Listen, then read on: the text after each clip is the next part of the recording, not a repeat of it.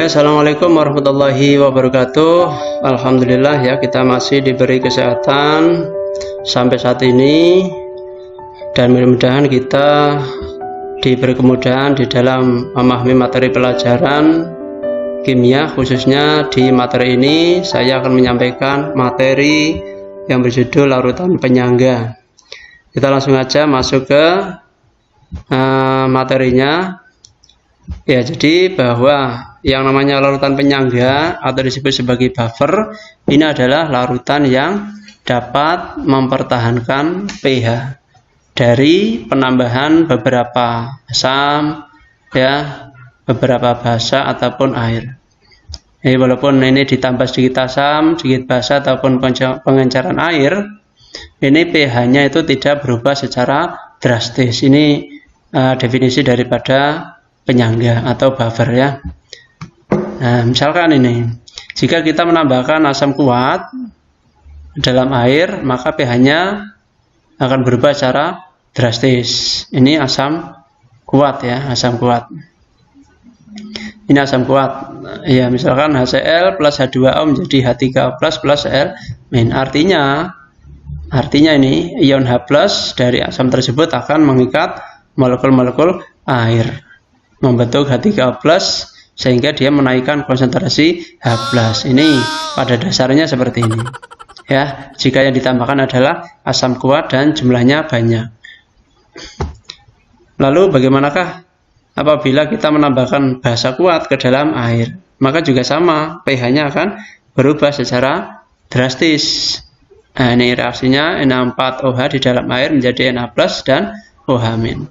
Ya, artinya bahwa ion OH- dari basa tersebut akan menyebabkan larutan menjadi basa. Nah, ini. Namun prinsip daripada penyangga ini adalah bahwa larutan itu dapat mempertahankan pH-nya. Dengan pengertian tadi itu, ya asam, basa, dan airnya yang ditambahkan itu sedikit. Kalau penambahannya banyak, nanti pH-nya akan berubah secara drastis. Itulah pemahamannya seperti itu. Ya, bagaimanakah jenis-jenis daripada larutan penyangga atau buffer? Buffer itu ada dua, yaitu buffer asam dan buffer basa ya, atau penyangga asam dan penyangga basa. Penyangga asam itu artinya adalah asam lemah dengan basa konjugasinya, atau asam lemah dengan garamnya. Ini contohnya CH3COH menjadi CH3CO- plus H+. CH3COH ini adalah asam lemahnya, dan CH3CO- ini adalah basa konjugasinya. Atau tadi asam lemah dengan garamnya. Ini CH3COH plus NaOH menjadi CH3COONa. Jadi asam lemah dengan garamnya ini tadi sama ya. Begitu juga dengan buffer basa, ini adalah basa lemah dengan asam konjugasinya atau basa lemah dengan garamnya. Contohnya ini Na3 plus H+ menjadi Na4+. Na3-nya adalah basa lemahnya dan Na4 plusnya adalah asam konjugasinya. Na4+ ini adalah asam konjugasinya. Ya, atau juga tadi yang namanya buffer basa adalah basa lemah dengan garamnya. Berarti ini Na3 ini sebagai basa lemah dan NH4 ini adalah sebagai garamnya. Ini adalah buffer ya, pengertian pemahaman daripada buffer atau penyangga. Lalu bagaimanakah kita mau menghitung larutan penyangga tersebut di dalam perhitungan? Berarti kita harus melihat dulu bagaimanakah rumus daripada buffer asam dan buffer basanya. Untuk buffer asam, saya ambil contoh ini CH3COOH plus NaOH menjadi CH3COONa plus H2O. Di sini ada asam, ada basa kuat, kemudian ada garamnya CH3COONa. Maka rumus buffer asamnya adalah ini. Kita cari H+ sama dengan Ka kali CH3COH dibagi dengan garamnya. Ya ini ya. Jadi ini contoh reaksinya, ini adalah penerapan rumusnya. Seperti itu. Kalau sudah mencari H+, maka tentunya harus mencari pH. pH-nya rumusnya seperti biasa, yaitu min log H+, kemudian dihitung seperti biasa. Gitu ya. Nah, kemudian rumus buffer basa ini, saya ambil contoh NH4OH sebagai basa lemah, direaksikan dengan HCl menjadi garam NH4Cl. Ini sudah ada karakter basa lemah dan garamnya. Maka kita masukkan ke rumus OH- sama dengan Kb kali NH4OH sebagai basa lemah dan dibagi garamnya. Seperti itu ya. Atau dengan rumus ini juga boleh. Maka kita masukkan sebelum menghitung pH, karena di sini adalah basa karakternya, maka kita hitung pOH dulu. Jadi pOH sama dengan min log OH min. Atau dengan rumus ini juga boleh. Nah, setelah itu ya, setelah mencari pOH, maka seperti biasa mencari pH. Harganya pH sama dengan 14 min pOH. Seperti itu ya. Coba kita lihat ke latihan soal supaya lebih paham menerapkan rumus tersebut ya. Misalkan suatu campuran dibuat dari 100 ml larutan NaOH, basa kuat ya. Kemudian direaksikan dengan 100 ml larutan H2S. Ini asam lemah. Nah, jika ke dalam campuran tersebut ditambahkan, nah ini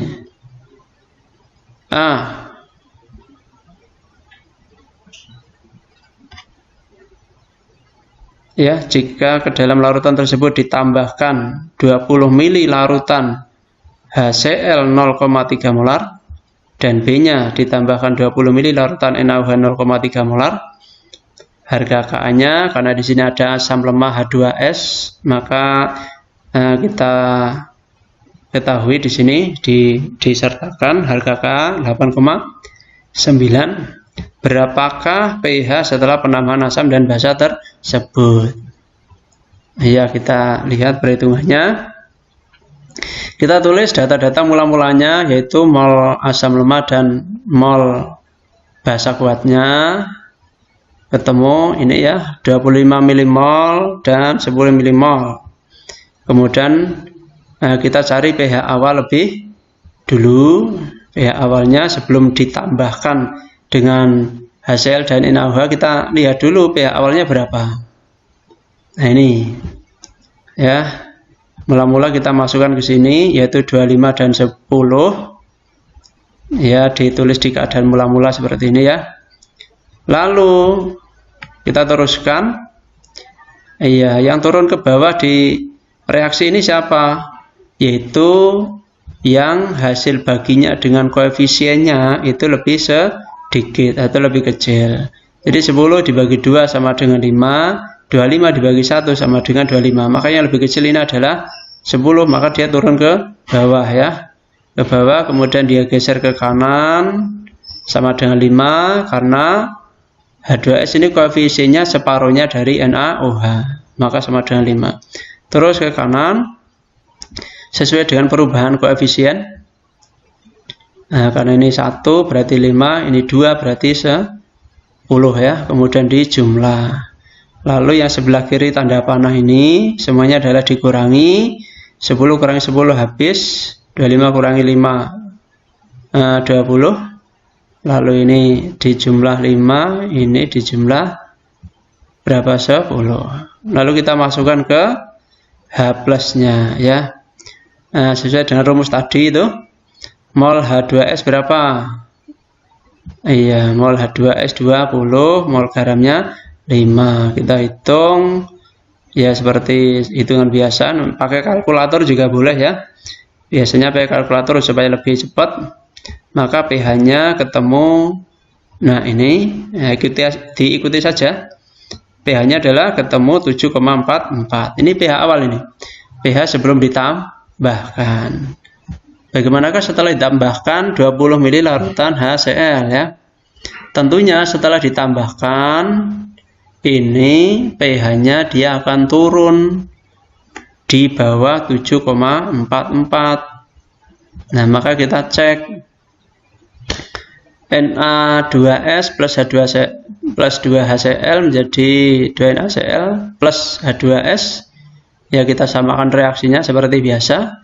Kemudian mula-mula resist timbang kita tulis. Nah, keadaan mula-mula tadi kita kita tulis di sini ya. Na2S itu tadi 5, HCl tadi berapa penambahannya? Ya, penambahannya 6 kan? Karena tadi 20 mili dan 0,3 ya, sama dengan 6 milimol. Ini milimol semua satuannya. H2S-nya berapa? Ini tadi 20. Ini ya, di keadaan awal tadi. Lalu turun ke bawah adalah 6. Karena yang hasil baginya lebih sedikit, ini adalah 6. 6 bagi 2 itu 3, 5 bagi 1 5. Maka yang kecil adalah hasil baginya ini, 6 turun ke bawah, geser ke kiri itu separuhnya 3, geser ke kanan itu 6. Ya. Ini 3.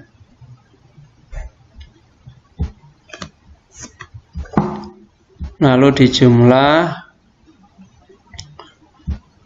seperti biasa, ini ketemu 3, 6 dan 23. Kita masukkan ke dalam rumusnya. Ya. Nah, ini terus kita masukkan, maka ketemulah pH sama dengan 7,00. Nah, ini tadi kita sudah memprediksi bahwa pH-nya adalah di bawah 7,44. Nah, ini dikatakan pH tidak berubah karena apa? Karena tadi hanya penambahan sedikit asam ya, sehingga pH-nya tidak jauh berubah, kepalanya masih sama dengan 7. Iya. Nah, ini untuk reaksi ini